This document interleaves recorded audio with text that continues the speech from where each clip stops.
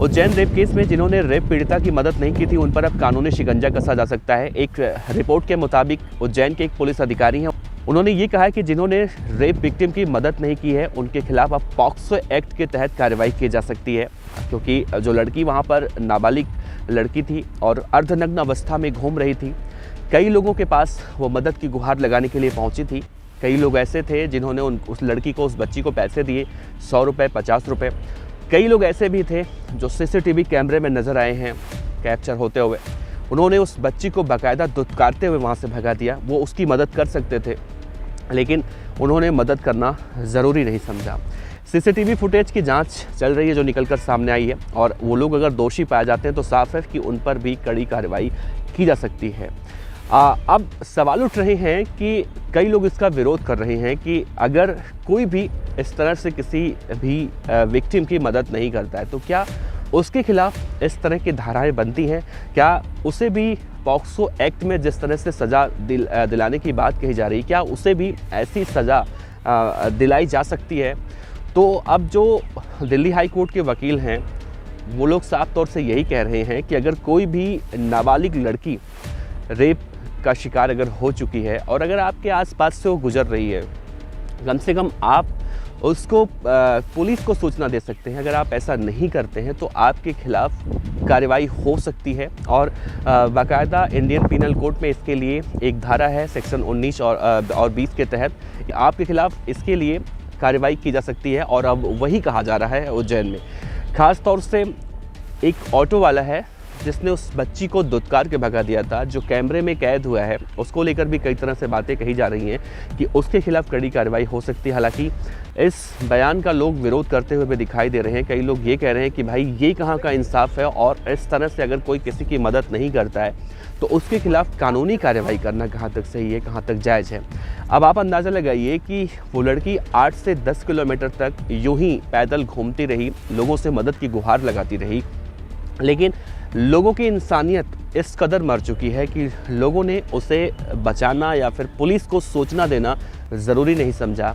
एक व्यक्ति तो कैमरे में ऐसा कैद हुआ था कि जो मदद करना तो बहुत दूर की बात है, उसने उस बच्ची को दुत्कार के वहाँ से भगा दिया। और यही वो मंजर है जो लोग अब कहीं ना कहीं चिढ़ते हुए दिखाई दे रहे हैं और कह रहे हैं कि हाँ, वाकई में ऐसे लोगों के खिलाफ तो वाकई में कड़ी कार्रवाई होनी चाहिए।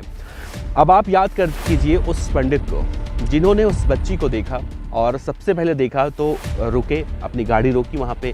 उस बच्ची को उन्होंने सबसे पहला एक इंसान का जो काम होता है, सबसे पहले उन्होंने उस बच्ची को वस्त्र पहनाया, अपना गमछा निकाल के उन्होंने उस बच्ची के पैरों में डाला, पहनाया उसको। उन्होंने उस बच्ची का हाल चाल पूछा। बच्ची उस वक्त इतना ज़्यादा डरी हुई थी, दर्द से करा रही थी, वो अपना नाम पता क्या बता पाती। फिर भी उन्होंने जब खाने पीने के लिए पूछा उस बच्ची से, उसने हाँ में सर हिलाया। उन्होंने जो भी उनसे बन पड़ा सब कुछ उन्होंने दिया। अब उनकी जिम्मेदारी उस वक्त यही बनती थी कि इतना सब कुछ करने के बाद, यानी कि शुरुआती ट्रीटमेंट जो होता है एक आम इंसान जो कर सकता है, ये सब करने के बाद उन्होंने 100 नंबर डायल किया। 100 नंबर पर डायल करने के बाद उन्होंने ये और बातें बताई कि पुलिस तुरंत नहीं आई। कई बार इस थाने पे फ़ोन करना पड़ा, फिर इस थाने में फ़ोन करना पड़ा, मतलब मिला जुला के इस पूरे प्रक्रिया में 20 से 25 मिनट का वक्त लगा।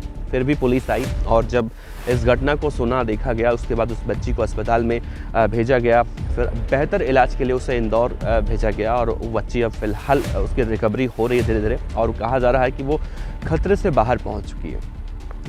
लेकिन आप सोचिए कि वो पंडित जी, जिनका नाम राहुल शर्मा बताया जा रहा है, अगर वो पंडित जी भी उस बच्ची को देखकर मुंह फेर लिए होते तो क्या होता? क्या वो बच्ची आज जब रिकवर कर रही है, क्या वो बच्ची आज जिंदा होती?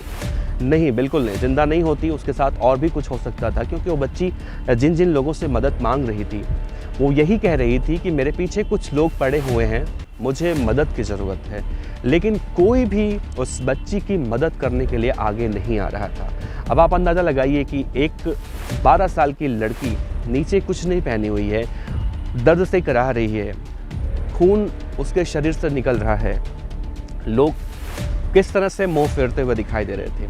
वही इतनी जघन्य घटना के सामने आने के बाद, जहां आरोपी तो पकड़े जा चुके हैं, आरोपी के घर वाले कह रहे हैं कि मुझे अंदाज़ा नहीं था कि मेरा बेटा इतना खतरनाक कैदी या फिर आरोपी निकलेगा।